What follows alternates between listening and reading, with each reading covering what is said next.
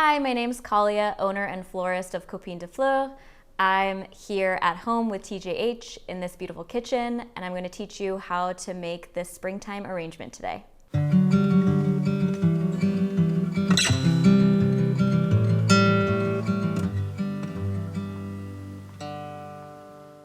So the first thing I'm going to talk about is your vessel. This part's really important because it's your initial structure for your arrangement. So I prefer to use a vessel that has a wider opening because that gives you a lot more room to play. So you can, really angle the flowers in certain ways, play with different heights, and it just allows you, more room for more flowers and more fun.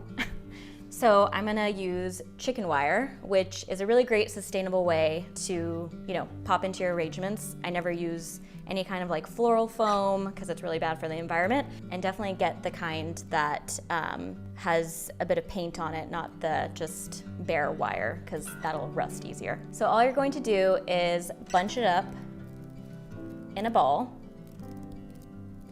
And the more you bunch it up, the more kind of opportunity you'll have to place flowers in all different areas, essentially. But there's really no right or wrong way to do this. And you just pop it in your vessel, and it'll look like that. And this one's pretty snug. Sometimes if you use something with an even wider opening, you would want to tape the top. But this is pretty snug and it's not gonna really go anywhere. So I think we're good to go here. So the next step is to add water. I add about 3/4 of the way full. Okay, great. And these flowers in particular do like to drink a lot, so I recommend, changing out the water every day. And today I'm going to use a palette of gold, pinks, purples, and greens. I feel like it's really nice for springtime to use lots of pinks and purples. And we're using some of my favorites, sweet peas over here, and this spirea, which is amazing. It's Japanese spirea, and whenever this comes into season, I have to have my hands on it. It's really great. I get all my flowers from the downtown flower market. I highly recommend going there and just perusing and having fun.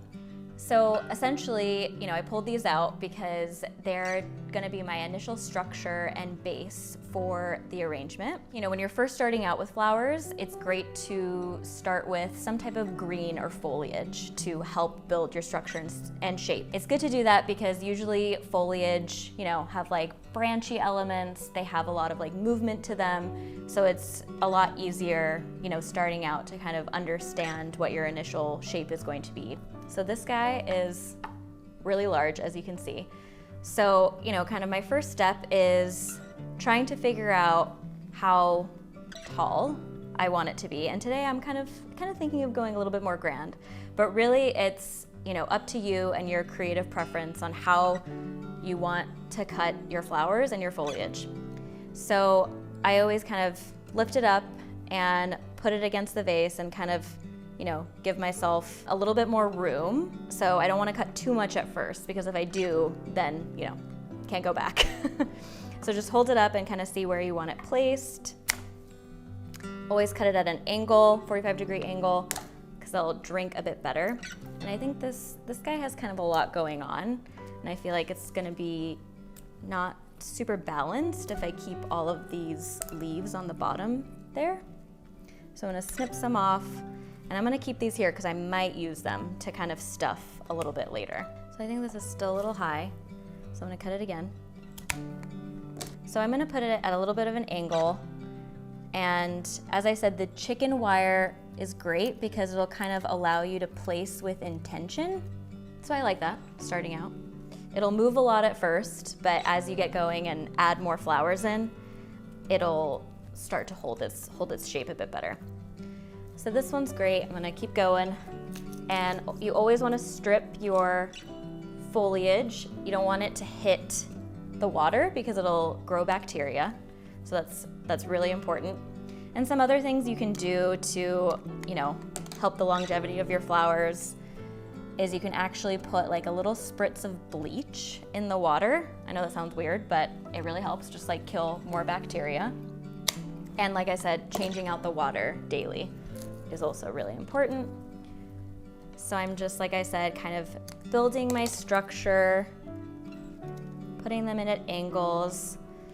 So this right here, I kind of don't like it because they're sort of at the same level, and I always want to keep in mind different levels for all of my, placements, because I think it just gives more depth to the arrangement if not everything is kind of like on the same plane.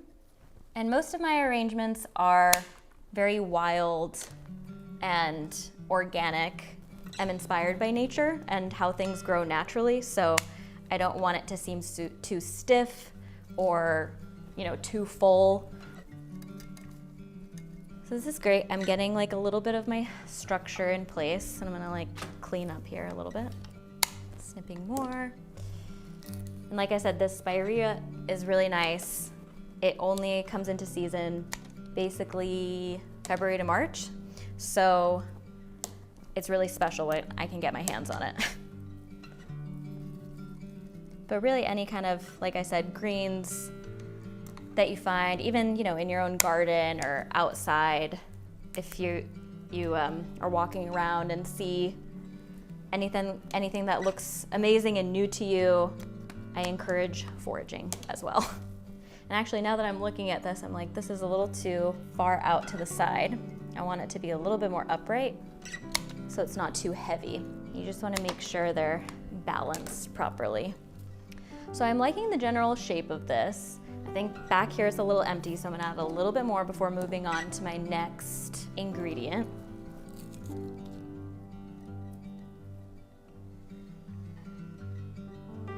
So I think the next flower I'm going to use are these sweet peas.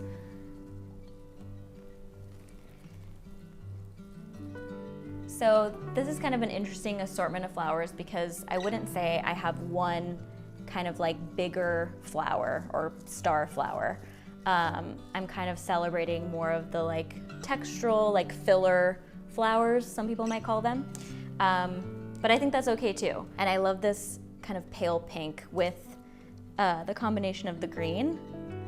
I think it adds like just a really fun springtime moment to it. It kind of reminds me of like, Mother's Day, Easter, all that fun stuff. Kind of just making sure, again, they're sort of like not on the same plane, so you have like a little bit more depth to your arrangement.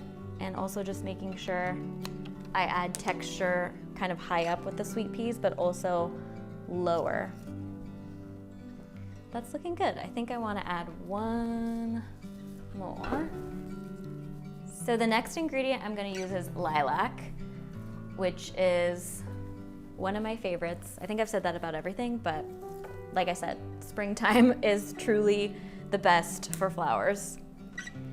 And not only do these smell amazing, but they're great fillers because when you have sort of like empty space and you're looking down and you can see your chicken wire, they're kind of a more like bushy, for lack of a better word, flower that kind of can cover your mechanics. And it's really pretty because these lilacs actually have, a bit of purple, pink, and green in them. So they play really well with the spirea and of course the sweet peas too. Just a really, really nice, like bold texture. Wanted some negative space, so I'm gonna twist it. Like I said, it's getting a little bit more full right now. I just want to make sure when you place it in to just be a little bit more careful and do it with like a twist.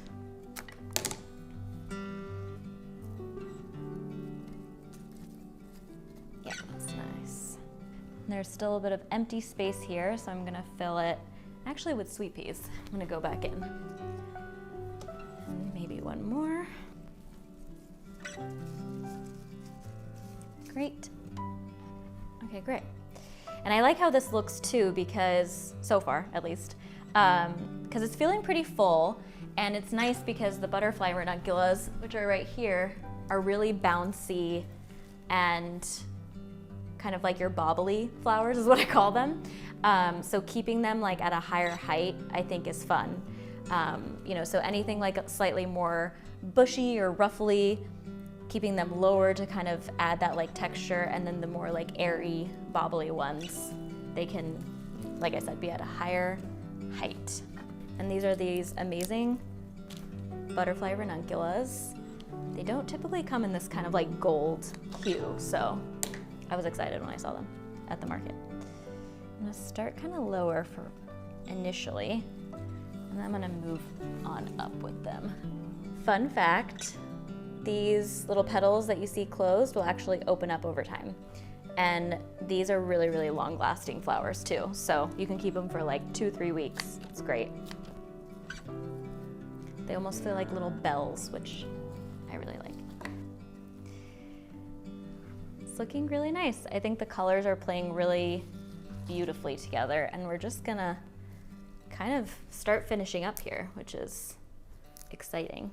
And really how you place them too, if you place them kind of at a deep, you know, like aggressive angle, because of the chicken wire, they really will stay in place. So it's nice to, again, put that like intention behind where you're placing everything. Okay, I'm liking how it's looking. I'm like almost ready to be done. I think I'm gonna add one more lilac on that little corner. Yeah, that feels a little bit more balanced, I think. And then, because I love how bobbly these are, I think I'm gonna go a little bold and add one tall boy, as I like to call them. Yeah, that's nice. This is where your Lazy Susan really comes into play at the end, well, when you think you're done, but I think I'm done. Kind of turn it around, look at it from all angles. I always say, like, you don't really want your arrangement to have a front, because, you know, when you're putting it on a table, there's going to be people on, you know, all sides of it. So you want it to look really nice and, you know, beautiful from every angle. And actually, now that I'm looking at it, I see like a little bit of an empty space there. So I'm gonna add just one more sweet pea and lilac, and then I think we're gonna say that this arrangement is good to go. And that's it. That's how you can, you know, put together a really creative and artful springtime arrangement for your home. So I saw a lot of spots in this home where this arrangement would look great, but I think I'm gonna choose the breakfast nook. It's a glass table and it gets a lot of light, so I think it'll look really beautiful there.